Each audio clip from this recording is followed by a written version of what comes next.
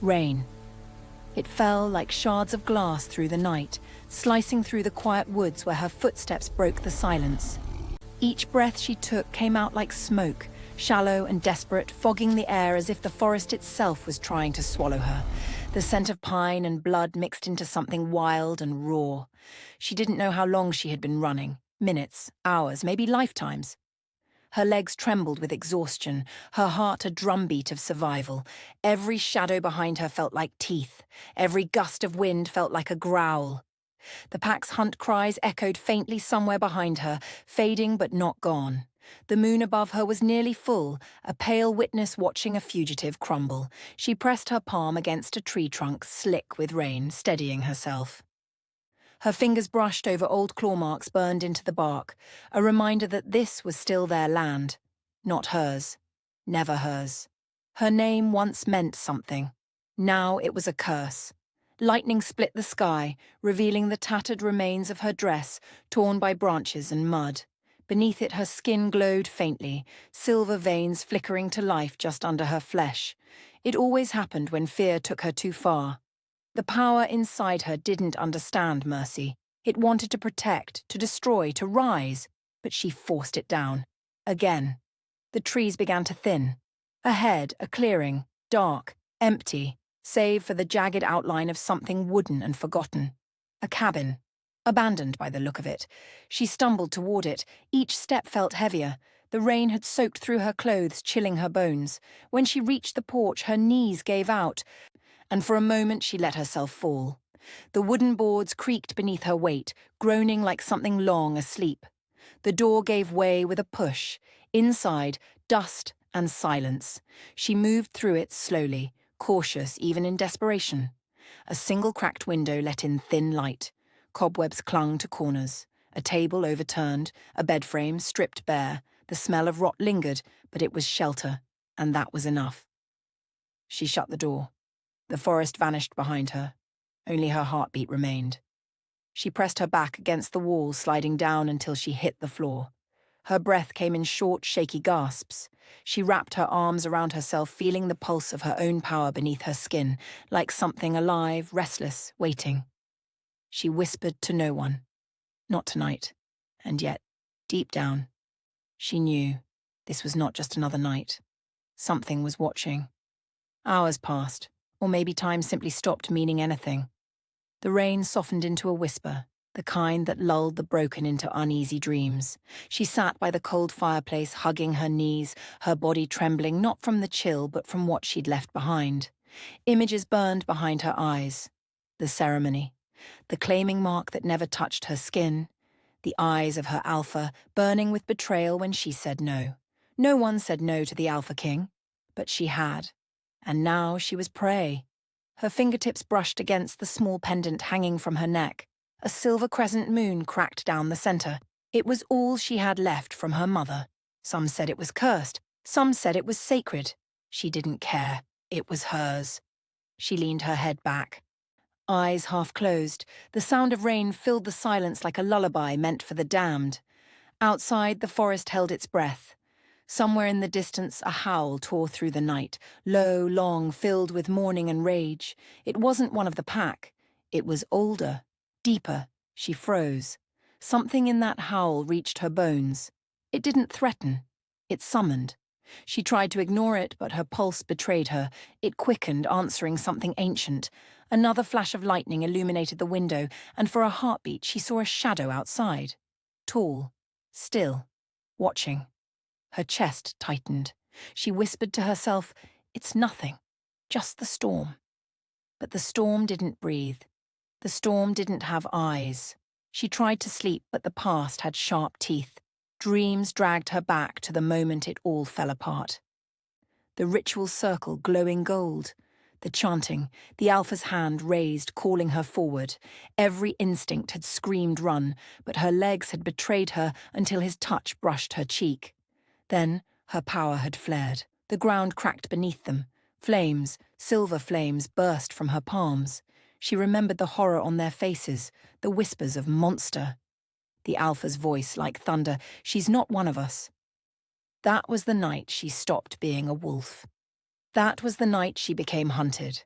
Now, in the cabin's darkness, the same power hummed beneath her ribs, asking to be seen. She pressed her palms to the cold floorboards, breathing through the ache. "I will not be claimed," she whispered. "Not again." The storm eased near dawn. A grey light crept through the trees, soft and uncertain. She rose, joints stiff. Muscles aching, she walked to the window, careful not to step on the creaky planks. The forest outside was calm now, too calm. Her reflection in the cracked glass startled her.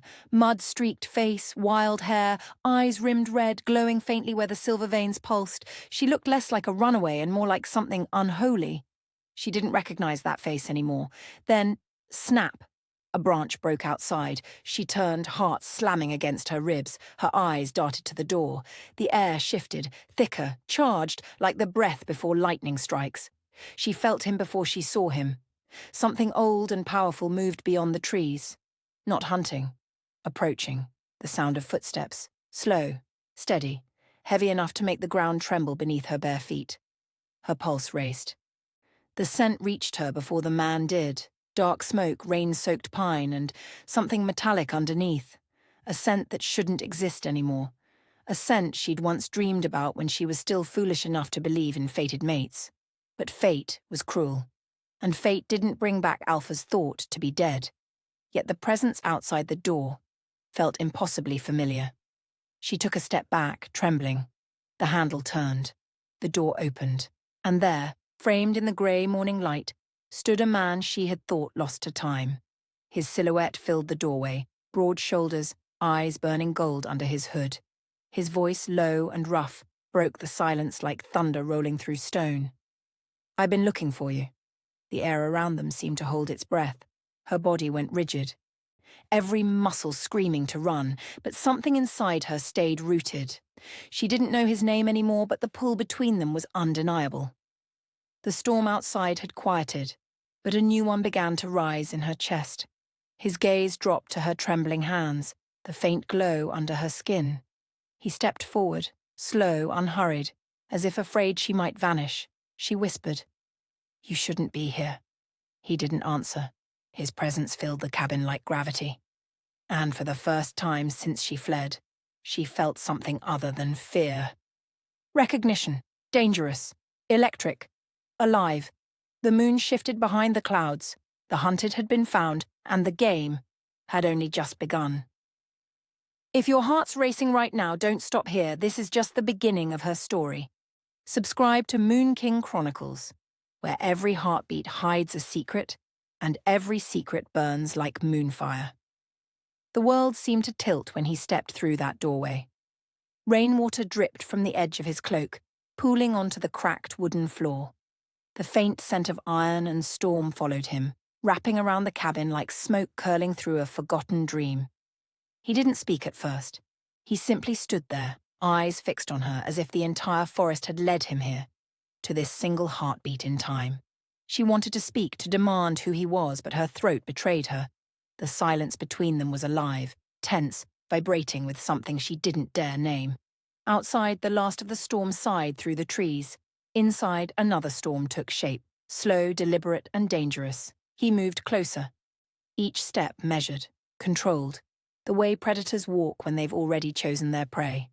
But there was no hunger in his eyes, only knowing. She recognized that look even if she couldn't accept what it meant. He knew her. And worse, he remembered. His gaze drifted over her, from her mud-streaked skin to the faint silver glow beneath her pulse. His jaw tightened, as if the sight confirmed something he'd hoped wasn't true. "You shouldn't have come here," she finally said. Her voice was steady, but her body trembled, betraying every lie. He didn't answer. Instead, he took another step forward until the space between them shrank to a single breath.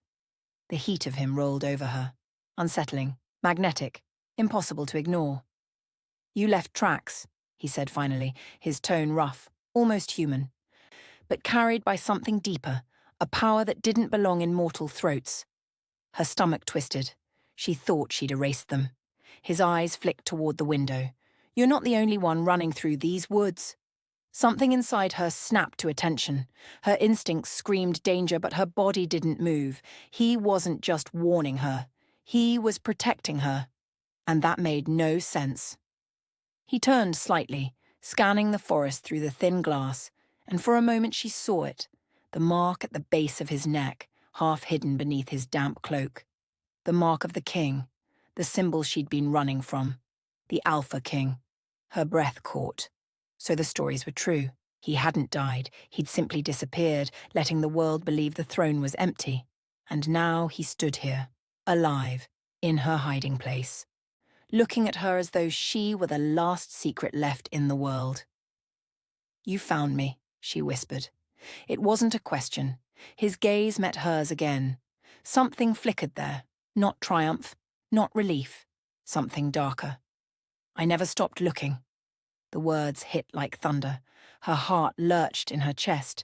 She didn't understand why those words hurt more than any wound she'd carried from the hunt, because there was no warmth in them, no reunion, only inevitability. He had not come to save her. He had come to claim her. She stepped back, instinct taking over. Her heel hit the edge of the old table. Dust rose between them like a curtain. "You're wasting your time," she said. "I don't belong to you." His expression didn't change, but the air did. Thicker, charged, humming with alpha command. The kind that could bend others to their knees. But she wasn't just anyone. The silver veins beneath her skin flared, faint but visible. His eyes widened, not in surprise, but in recognition. "That's what they were afraid of," he murmured. "That's why they hunted you." The words dug into her chest. "You don't know anything about me." His voice softened, dangerous, deliberate. "You think I don't?" He stepped closer. The floor creaked beneath his boots. "When the fire tore through the temple, when they said a girl survived with silver flames in her hands, I knew. I felt it." Her pulse faltered. "Felt what?" He tilted his head slightly, his golden eyes glinting through the dim light. "The bond." Silence flooded the cabin. The kind that stretched time and breath until nothing existed but the sound of two hearts refusing to beat apart. She wanted to deny it, to spit back that he was lying, that this was another trap. But something deep within her chest burned in answer. That invisible thread she'd buried years ago trembled awake. "No," she whispered, barely audible. "That's not possible." He moved closer, slow and deliberate, until her back brushed against the wall. His voice dropped lower. "Then why is your power answering mine?" The air between them shimmered faintly, a pulse of energy neither of them could hide. Her skin tingled, her power stirring, no longer silent. The silver light beneath her collarbone flared, and his mark glowed faintly in response. Fated, the word she'd spent her life running from. But fate didn't care for timing, or safety, or peace. It simply waited, patient, cruel, inevitable. She turned her face away, breaking the pull. "You shouldn't have come." He took a breath, as if forcing himself to stay calm. "And yet, here I am." There was something raw in his tone now. Exhaustion, guilt, the kind of weariness that comes from centuries of being worshipped and hated in equal measure. "You think you can hide from what you are," he said quietly, "but your power's calling across the borderlands. Every pack within 100 miles can feel it. They'll come for you, some to destroy, some to claim, but none to protect." His eyes met hers again, golden fire catching faint silver. "Except me." She didn't want to believe him. She couldn't afford to. Yet something in her chest cracked, just a little. For the first time in years, someone wasn't trying to kill her. He was trying to understand her, and that was far more dangerous. The silence between them softened, but didn't break. The wind outside shifted, brushing through the cracks in the walls like a whisper of warning. She finally found her voice again. "Why now? After everything?" He exhaled, eyes darkening. "Because the prophecy's changing." Her stomach turned. "What prophecy?" "The one that says the child of the flame will either save us or burn the world to ash." His gaze lingered on her, "And every sign points to you." The room seemed to shrink, the air heavy with words she wasn't ready to hear. "I'm not your savior," she said, barely above a whisper. "No," he replied. You're something else. She didn't ask what. She didn't want to know. A sudden sound broke the silence, the distant echo of wolves howling in the valley below. Not the mournful cry of the pack she once knew, but something darker. Hunting calls. He turned toward the door instantly, eyes narrowing. "They found you," he said. Her stomach dropped. "How?" He was already moving, fast and efficient, scanning the shadows beyond the window. "You left traces of blood. The rain couldn't hide it all." Her pulse spiked. "You brought them here." He turned back to her, expression unreadable. "No, I came to stop them." Before she could respond, the first snarl broke through the trees. Close now, too close. He looked at her one last time. "Stay behind me." And for the first time in her life, she didn't argue. Something primal in her bones recognized the authority in his voice. Not dominance, but promise.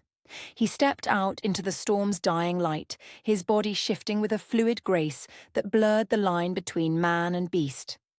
The air shimmered around him as the wolf within emerged. Massive, dark, crowned by eyes that glowed like molten gold. The Alpha King. Alive, real, unforgiving. She stood at the threshold, breath caught between awe and fear. Through the rain she saw movement. Shapes emerging from the tree line, shadows with teeth. Wolves she once called brothers, now twisted by rage. They circled him, snarling. And he smiled. The ground trembled beneath the sound that followed. Not a growl, but a command, ancient and absolute. Every creature within hearing froze. The forest itself seemed to bow. Inside the cabin she felt it too. The pulse of his power, vast and relentless. Wrapping around her like a storm she could neither resist nor escape. She hated how it steadied her heartbeat, how it made her feel safe, because safety had always been the beginning of danger. When silence finally fell, when the last echo of growls faded into the trees, he returned, breath heavy, body slick with rain and blood. But his eyes, those golden eyes, still burned bright. He looked at her, exhaustion and relief tangled in his expression. "You're safe." She wanted to ask for how long, but the words never came. The cabin seemed smaller now, the walls closer. She turned away, staring at the fireless hearth. "You shouldn't have done that." He said nothing, because they both knew he would do it again. And in that quiet, something unspoken bound them. Not love, not yet, but inevitability. The kind that changes worlds. If you felt that pull between them, that impossible mix of danger and destiny, stay close. Because in the next hour, the truth of who she really is will shatter everything. Subscribe to Moon King Chronicles, where every heartbeat hides a legend. The night quieted, but peace was an illusion.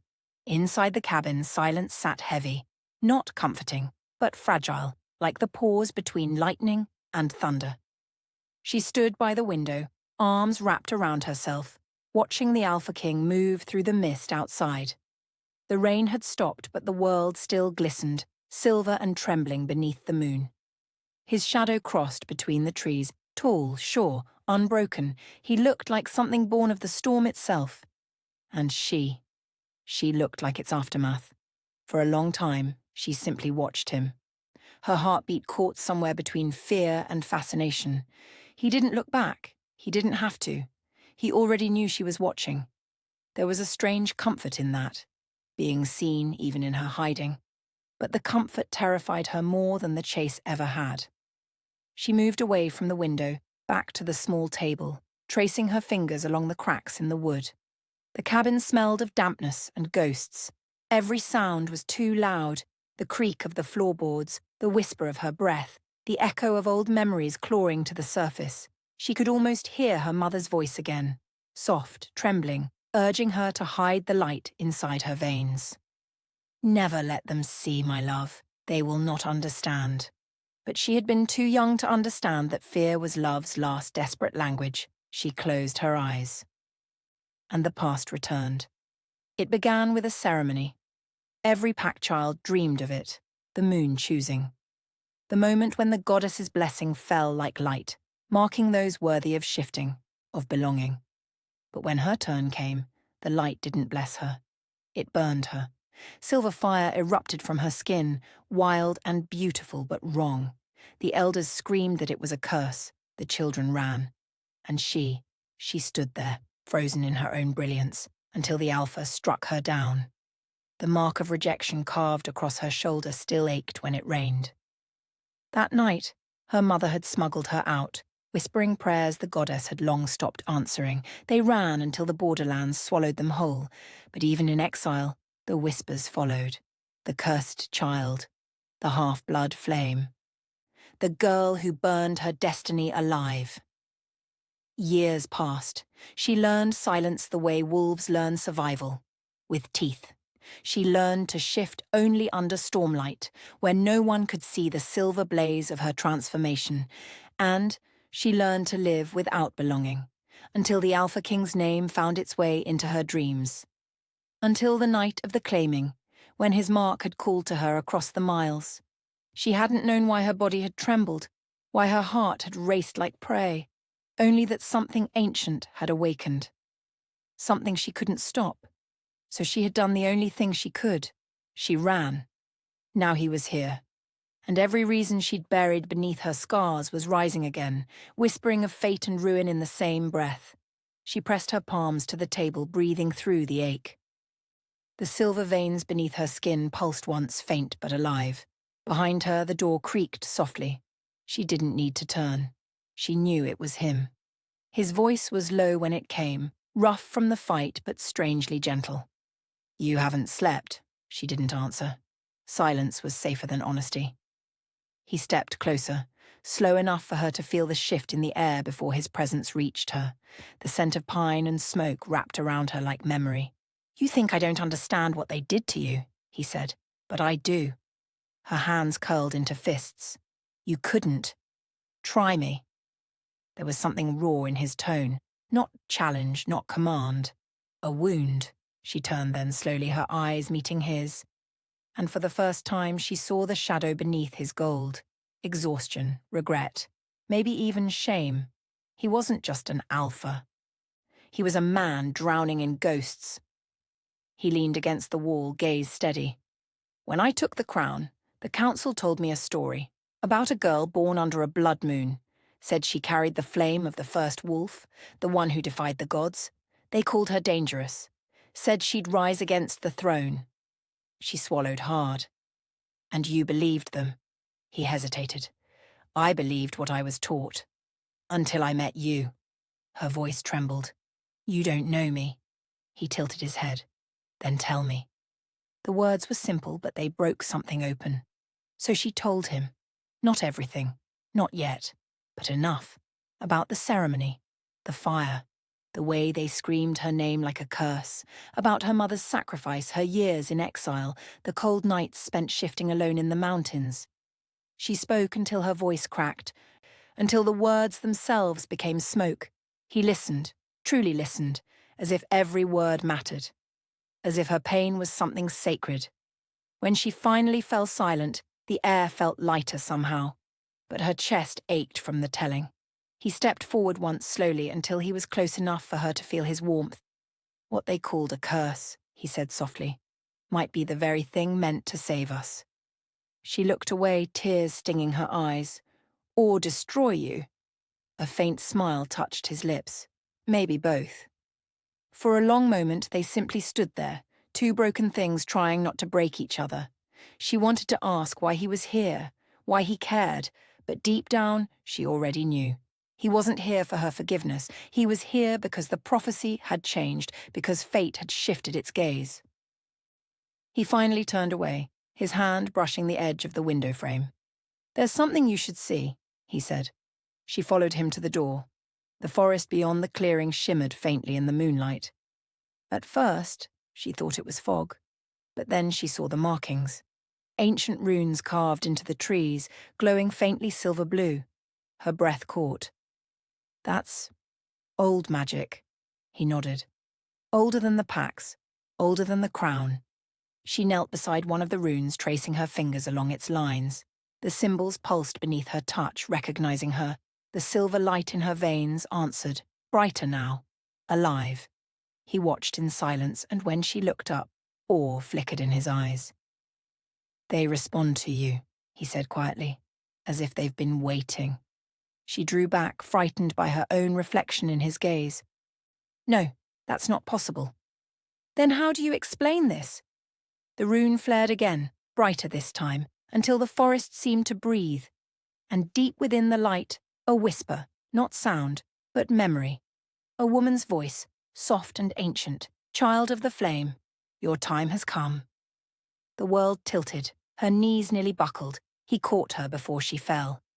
The contact burned, not pain, not pleasure, and something older, more primal. The bond pulsed between them, fierce and undeniable. She could feel his heartbeat against her palm, steady and strong, grounding her even as her own raced wild.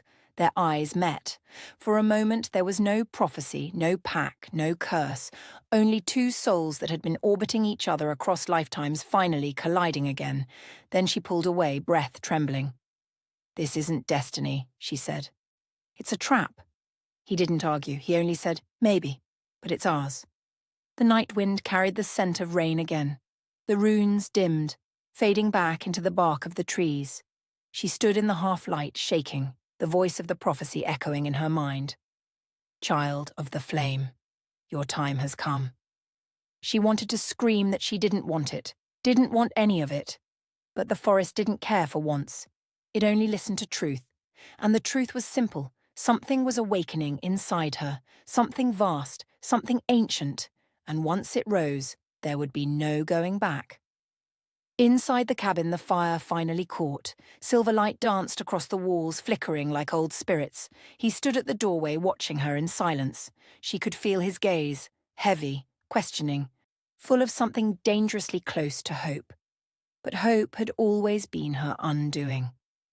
That night she didn't sleep. She sat by the fire until dawn, the pendant in her hand, the prophecy echoing in her bones. And when the first light touched the horizon, she whispered into the quiet, "I am not who they say I am."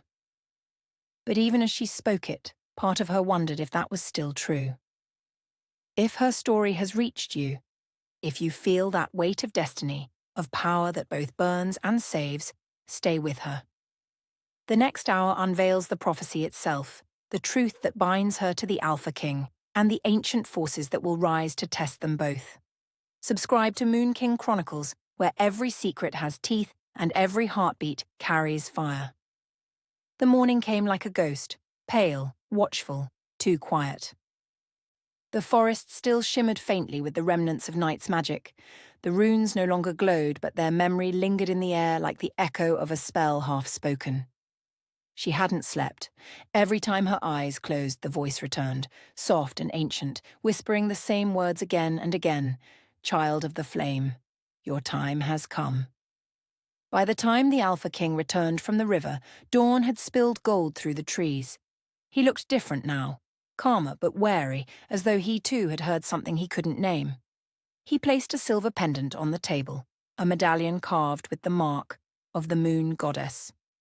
"This was buried beneath the riverbed," he said. "It wasn't there yesterday." She stared at it. The symbol pulsed faintly. Not gold, not white, but silver fire. The same light that had burned through her veins since childhood. Her chest tightened. "That's impossible." "Nothing about you has been possible since the moment you appeared in my forest," he said softly. He turned the pendant over. On its back, carved in ancient runes, was a single phrase: "When the flame meets the crown, the world begins again." The words struck her like lightning. She stumbled back, shaking her head. No, that can't mean—" "It does," he said. "You're the flame, and I'm the crown." She felt the world tilt beneath her feet. That prophecy, it destroyed kingdoms. It killed my mother. "And now it's waking again," he replied quietly. "Through us." Far from the cabin, in the ruins of the old temple, the air began to change. The priestesses of the Silver Court gathered around the moonwell, a pool of water said to mirror fate itself. The water rippled once, then it flared, a reflection not of the temple but of her. The cursed child, the half-blood flame. A whisper spread through the hall like smoke. "The phoenix has risen." and every elder bowed their head in fear. Back in the forest, she tried to run again. Old instinct, old survival, but the trees seemed to close in. The air shimmered, the light bent, the runes carved into the trunks reignited, glowing brighter than before, connecting in patterns, circles within circles, spiraling around her until she stood inside a sigil that pulsed like a heartbeat. The Alpha King lunged forward, trying to reach her, but the barrier threw him back. "Luna!" he shouted. Her eyes flashed silver. The voice returned, not from outside this time, but from within her. "You were not cursed. You were sealed. The blood of the first wolf burns in your line, and now it wakes." She gasped as light erupted from her skin, brilliant, searing, but not painful. It felt like remembering a name she had forgotten lifetimes ago. Her feet left the ground, her hair lifted in the light wind of magic. The sigil beneath her expanded outward, cracking the earth. The forest trembled. He shielded his face, shouting her name again, but she couldn't hear him anymore. She was somewhere else, suspended in time between memory and eternity. She stood before a massive wolf made of flame and moonlight. Its eyes were ancient, sad, and endless. "You carry my fire," it said, not with words but with truth. "You are my last descendant. And he, the one you fear, he carries the crown I once defied." Her voice was barely a whisper. "What do you want from me? To finish what I began, to break the curse, to reunite what the gods tore apart." She shook her head. "I can't. I'm not—" The wolf's gaze softened. "You already are." Then the world shattered into light. She collapsed into his arms, trembling, eyes still glowing faintly silver. He held her, terrified, of losing her, of what she was becoming, of what she might mean. "Breathe," he whispered. "Stay with me." Her pulse steadied. Slowly she opened her eyes. "What did you see?" he asked. She met his gaze, and the air between them changed, because now she remembered. The fire, the first wolf, the god's betrayal, and a bond that had been forged long before either of them were born. She whispered, voice breaking, "We've done this before." He frowned. "What do you mean?" "This. Us. The curse. The prophecy. It's not the first time." He stared at her. "You're saying?" "I think we've been dying and finding each other again. For centuries." The weight of that truth pressed between them like gravity. All the hatred, the attraction, the inexplicable pull. It all made sense now. They weren't enemies. They were echoes. Reincarnations of a love the gods had forbidden. Outside, the forest howled. The runes dimmed. The air fell still. But somewhere deep beneath the earth, something answered. The ancient flame was no longer sleeping, and the crown was no longer safe. He helped her to her feet. "We need to go," he said. "Go where?" "To the ruins, to the Moonwell. The High Council will already know." "They'll come for you." She hesitated. "You mean they'll come for us?" He looked at her for a long time, the kind of look that said he wanted to believe her, but didn't dare to hope. Then he nodded. "Us." As they vanished into the silver woods, the world began to turn differently, as though destiny itself had shifted course. The myth was no longer just a story whispered to frighten children. It was alive again, breathing, burning, waiting. They didn't get far. By the time the sun blared over the tree line, the forest had already begun to shift against them. Branches bent the wrong way, shadows stretched too long. It wasn't the wind that moved them. It was magic, the kind of old angry magic that belonged to the High Council. He stopped first, head tilted, senses flaring. "They've found us." Before she could answer, a howl ripped through the dawn, long, guttural, broken by rage. It wasn't one wolf. It was many. They broke through the mist like ghosts, warriors of the Silver Court, draped in cloaks woven from moon thread, their eyes glowing white with the mark of the oath. At their head was someone she hadn't seen in years, the Beta General. He looked older, but his voice was the same. Smooth, cold, venom wrapped in command. "Luna Vera of the Flameblood line," he announced, his voice echoing across the clearing. "By decree of the High Council, you are charged with treason, sacrilege, and the awakening of forbidden fire. Her stomach turned to stone. He turned his glare toward the Alpha King. And you, Kyle Draven of the Northern Crown. You stand accused of harboring a heretic. Kyle's voice was low, dangerous. She's no heretic. She's your salvation, and you're too blind to see it. The beta laughed, not kindly. Salvation? That's what she told the last Alpha before his kingdom burned. Vera stepped forward, voice shaking but strong. You're afraid of me. You always were. Because deep down, you know what I am. And what you are not, the beta snarled, signaling the others. Bind her. Kyle moved before they could touch her. His shift came instantly. Bones cracking, skin stretching, his form melting into that of a massive black wolf with eyes like molten gold. The warriors hesitated just long enough. Vera's hand flared with silver fire. Not wild this time. Controlled. Focused. She'd learned something in that cabin. The flame obeyed her. The battle exploded. Wolves collided. Fire met claw. The forest itself trembled, every tree groaning beneath the weight of ancient power unleashed.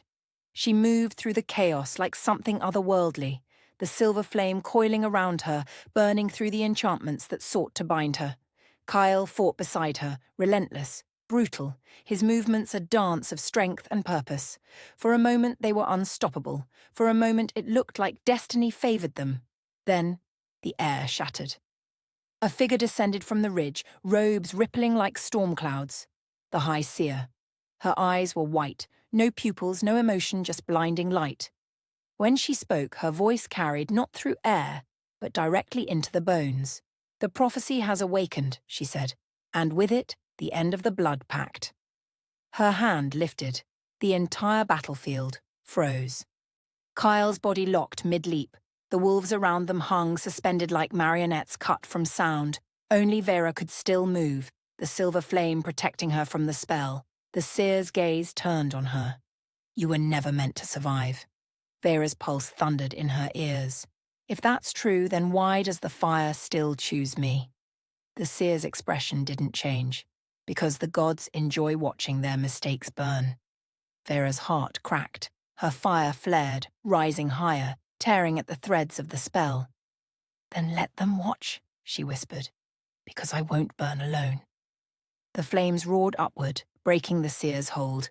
Kyle crashed to the ground, shifting back into his human form, blood streaking his temple.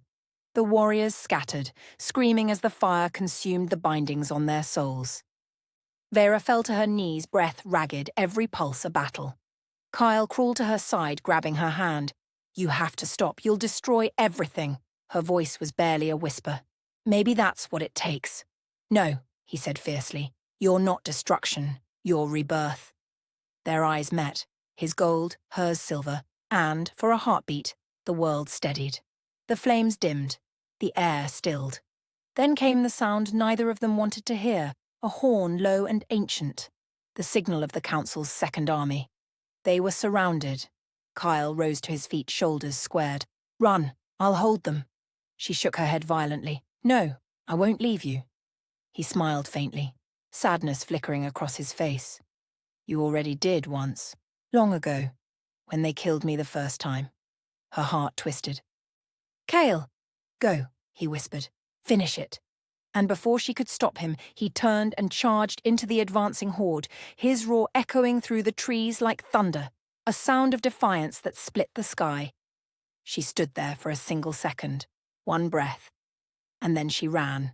The forest opened before her, paths shifting, trees bending aside as if recognizing her power. Behind her, the clash of war tore the morning apart. Every step she took felt heavier, harder, but she didn't stop. Because she could feel him still, through the bond, through the fire, fighting not just for her, but for them. The prophecy was moving. The world had chosen its side.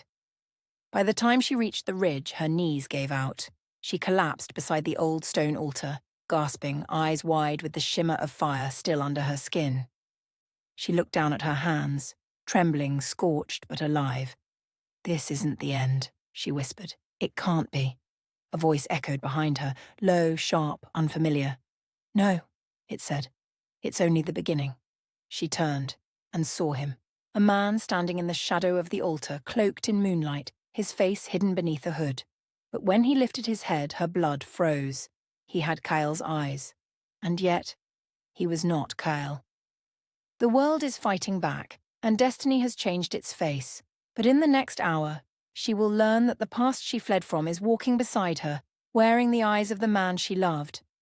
She woke to darkness. Not the kind that frightened, but the kind that listened. Stone walls surrounded her.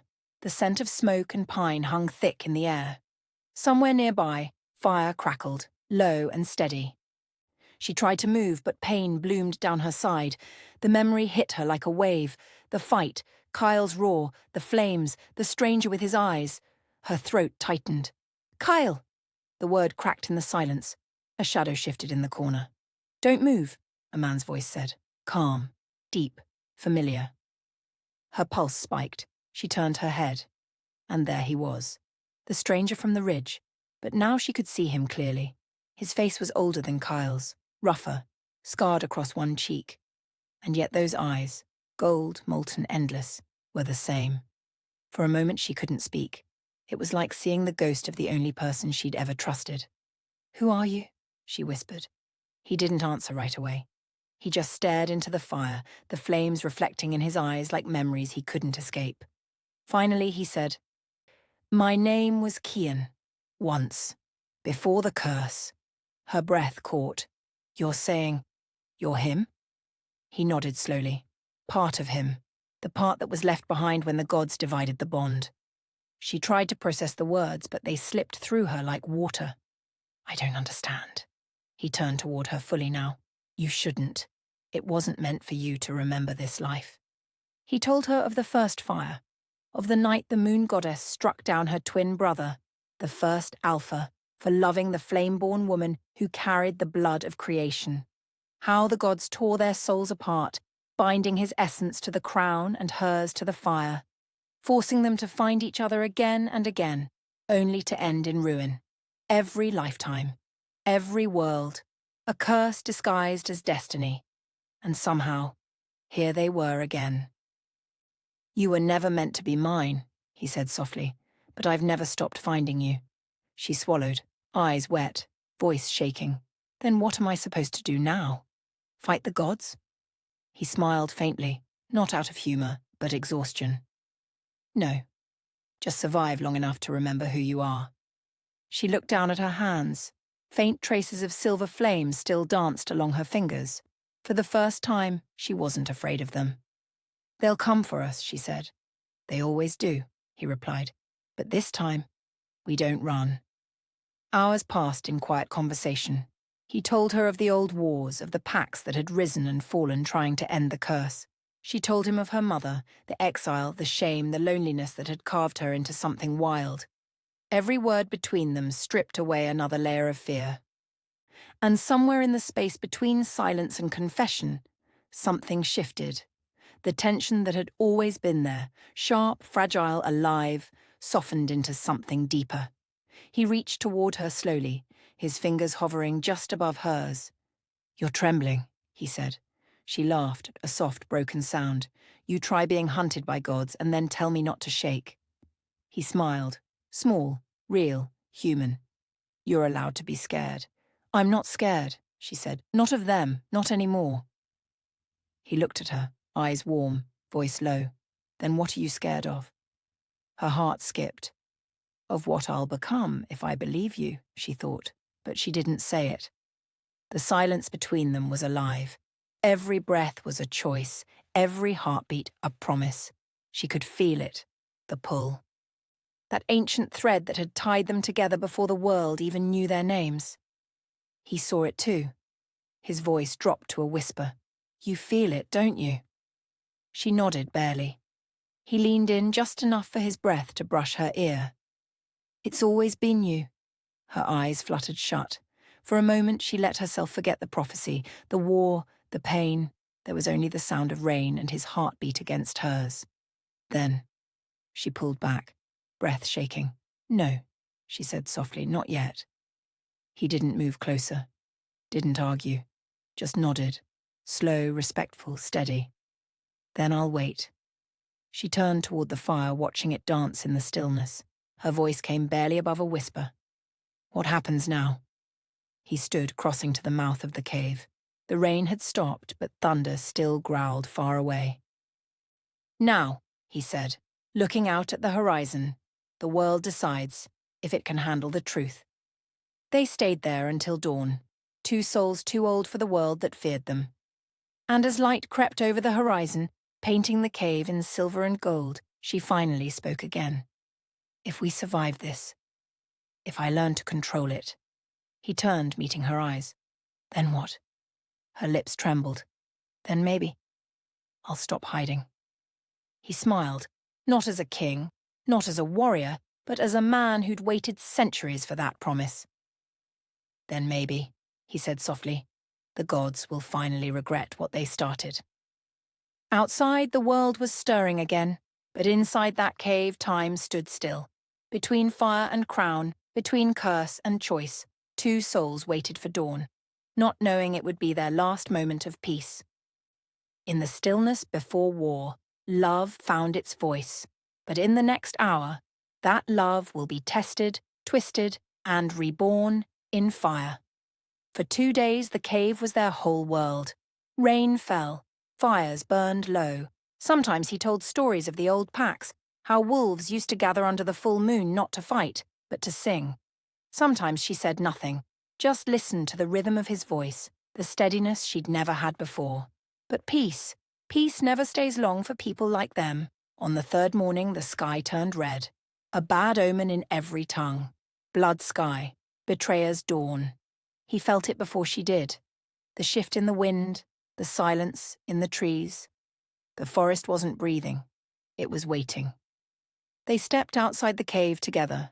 The air shimmered, faint, but real, the kind of distortion that came only when a spell was forming. Kyle, or Kian, whoever he truly was, drew his blade. "They've found us," but she didn't see soldiers. She saw only one figure, a woman standing at the tree line, cloaked in black, the mark of the moon goddess etched into her brow. Vera's breath caught. Mother! Her mother had been dead for 10 years, burned alive by decree of the High Council. And yet, here she was and standing, breathing, her eyes pale and cold as frost. The woman smiled, but it was wrong, too still, too sharp. "My daughter, you've grown." Vera's voice trembled. "You're not her." "Does it matter?" the woman asked softly. "She was the vessel. I am what's left inside her." Kyle's grip on his sword tightened. Possession spell. Old magic. The woman's gaze flicked toward him, and for a heartbeat something ancient smiled through her. "Ah," she murmured, "the crown that never learns. You always think you can save her." Vera's stomach turned. "What do you want?" The woman stepped closer. The air around her shimmered like heat. "What I have always wanted. Balance. For every flame, a shadow. For every wolf, a leash." "I won't be leashed," Vera said. "You already are," the woman replied. "You just can't see who holds the chain." Kyle moved between them. "Don't listen to her. She's not real." But something in Vera's chest twisted. Not fear, not disbelief, but recognition. The voice. She'd heard it before, in the dreams, in the fire, whispering the prophecy. "Child of the flame." Her knees went weak. "It was you." The woman smiled. "Of course it was me. Who else would guide you toward destiny?" "You used me," Vera whispered. "All this time." Kyle took her hand. "Don't. She feeds on doubt." But the woman's gaze turned to him and the smile faded. "You never told her, did you?" she said quietly. Vera frowned. "Told me what?" Kyle's silence was answer enough. Her heart began to race. "Kyle, what is she talking about?" He didn't move, didn't breathe. The woman's voice became a blade. "He was sent to find you, child, to bring you to the council, to make sure the prophecy was fulfilled, or ended." Vera shook her head. "No." Kyle stepped forward. "That was before I knew who you really were." "You lied to me." Her voice cracked. "All this time?" "I didn't lie," he said, desperate now. At first, yes, I followed orders. But then I saw what they feared, and I couldn't do it. Her eyes burned with tears. Couldn't do it? Or couldn't kill me? He froze. The truth was there, raw, unspoken, undeniable. I was supposed to end the bloodline, he whispered. But the moment I touched you, the curse bound me again. For a long moment she couldn't speak. The world tilted and every sound blurred. You were never saving me, she said softly. You were saving yourself. No, he said fiercely, I'm trying to save us. The possessed woman laughed, a hollow sound that rattled the air. Listen to him, she hissed. Every lifetime the same song. He finds you, claims you, betrays you, and calls it love. Stop, Vera shouted. Flames flared from her skin, wild, uncontrolled, but the woman only smiled wider. You can't fight what you are, child. You are the prophecy. You are the fire that ends worlds. Kyle reached for her, but before he could touch her, a wall of fire burst between them. Stay back, she cried. Vera, please, don't. Her voice shook the ground. Every tree in the forest groaned. The clouds above swirled bleeding silver. The fire twisted, coiling upward, forming shapes. Wolves, moons, broken crowns, all burning and fading like smoke. The woman's voice filled the storm. This is the moment you always fail, my daughter. You choose love over destiny, and destiny burns you for it. Vera screamed, but it wasn't pain. It was release. All the fear, the love, the betrayal. It erupted out of her in one blinding pulse of light. The flames shot outward, consuming the clearing, tearing through the illusion of her mother's form. When the smoke cleared, the woman was gone, but Kyle lay on the ground, unmoving. She stumbled toward him, falling to her knees. Kyle, no, no, no. He was still breathing, barely. The fire had burned him, but deeper than that. The bond itself had cracked. I told you, he whispered, voice faint.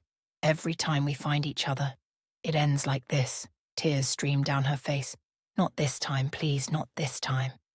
He smiled weakly, eyes glassy. You still don't understand, do you? You were never meant to love me. You were meant to surpass me. And with that, his hand fell still.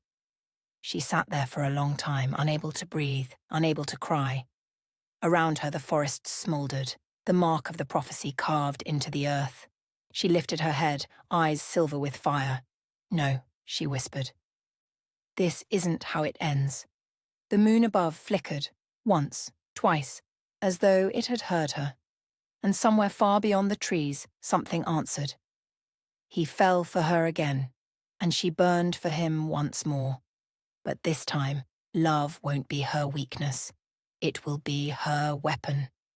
The night was quiet again, too quiet. No flame, no sound, no promise, only the hollow echo of what she'd lost.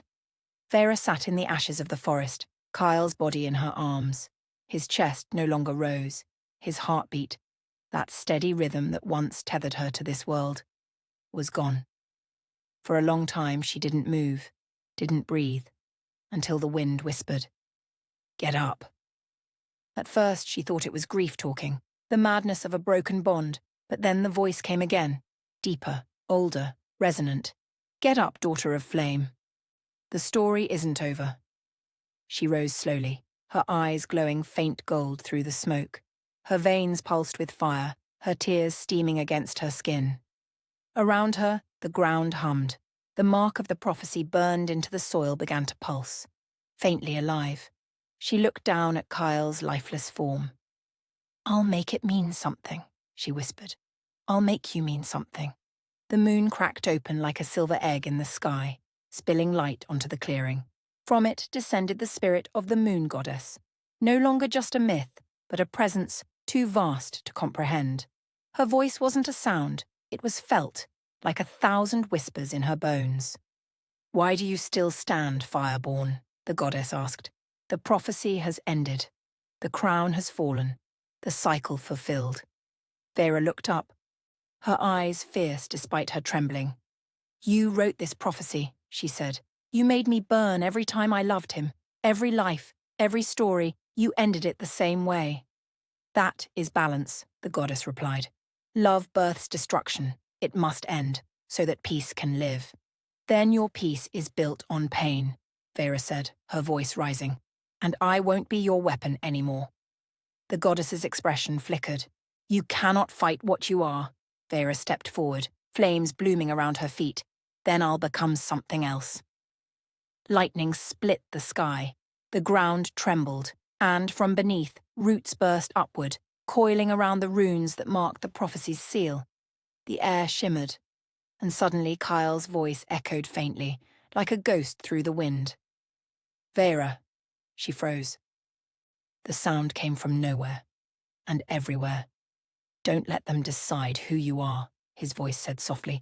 Not the goddess, not fate, not even me. Her tears fell once more, but this time they didn't burn. They healed. The fire around her changed, no longer wild and consuming, but bright, golden, alive. She raised her hands, and the light from her palms split into two streams, one fire, one moonlight. For the first time in 1,000 years, the two forces touched and did not destroy each other. The goddess reeled. Impossible. Vera smiled, faint but steady. Maybe, but love was never your curse. It was your fear. The light engulfed the clearing. The goddess screamed, not in rage, but in awe, as her form fractured into dust, dissolving into the wind.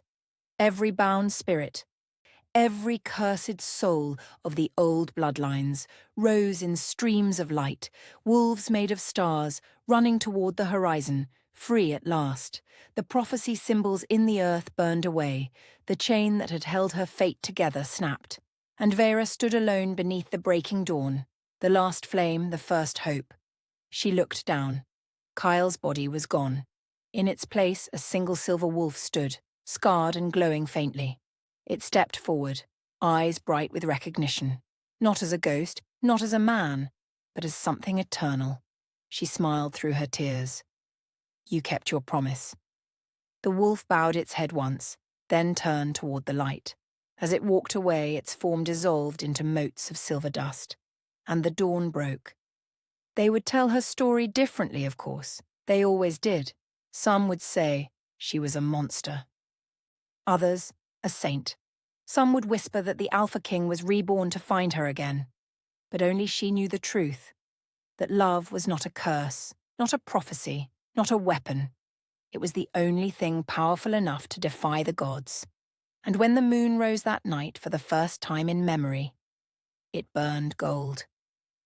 She hid to avoid being claimed, until the Alpha King found her. And though fate tried to burn them both, she learned the oldest truth of all. You can't claim what is already infinite. You can only meet it, in fire and in love.